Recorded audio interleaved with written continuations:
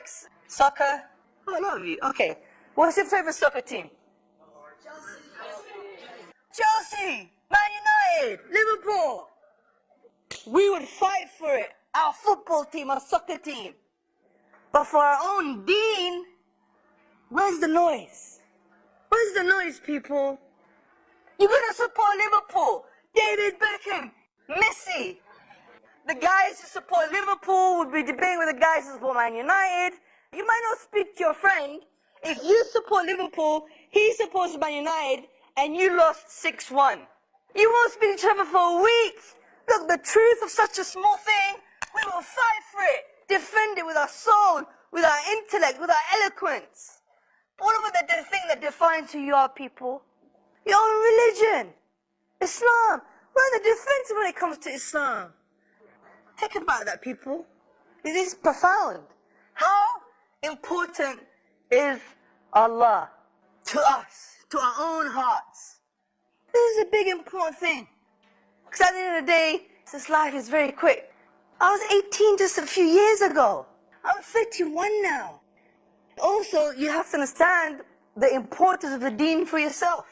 Make the stance today. Is Islam important to me?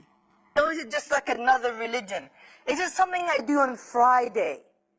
Is it something I do because my parents did it? And is it something that I do because it's an identity thing?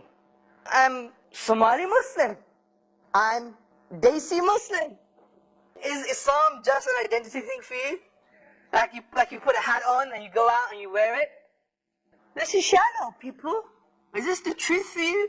Is this your worldview? Do you really believe there is a creator of the whole universe? And that he's the only one that deserves to be worshipped? And worship being a comprehensive thing, that we don't refer to our egos anymore, but we refer to the divine. We free ourselves from our own egos and desires. We free ourselves from social pressure. We free ourselves from social conditioning. We free ourselves from the boys next door, because they want me to look like the way they look. Conformity thing. How are we going to free ourselves from these things? By referring ourselves to Allah.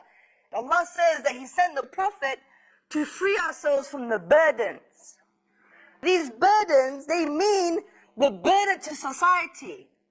Many of us look exactly the same, people. You have the goths that hang around with the goths.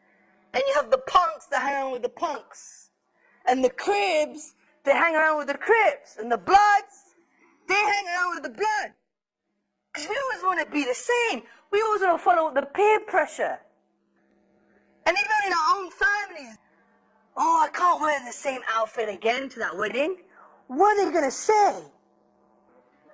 I can't marry my daughter to this really pious, excellent man, because he doesn't have a bigger bank account. What are people going to say? This is the reality, people. Even with our studies. How was his grades? Yeah, he got A stars. But he got all C's. You've heard this before. Just to show a face. Look at these ridiculous burdens we put on ourselves just to conform to what? To human beings, to people just like us. That doesn't really mean anything. So what? Is Allah going to ask you on the day of judgment what grades you got? Or what color your husband was? Or how much money he had in his bank account? Bad news, people. The biggest destroyer of families, the biggest destroyers of societies, the biggest destroyers of nations. Allah mentions this. Don't have civilizational and social arrogance. Look what happened to people before you. It doesn't mean nothing. So this is why the Prophet came to us, to remove us from these burdens. To say there are higher goals that we should have. أُخْرِجَتْ لِلنَّاسِ. That's what Allah says about us. We're here for the people. Not min al-nas, not from the people, but for them. So it means we have a position of spiritual leadership. We should be the leaders, people. Why is Somalia, 10 million people were hungry, starving because of no food?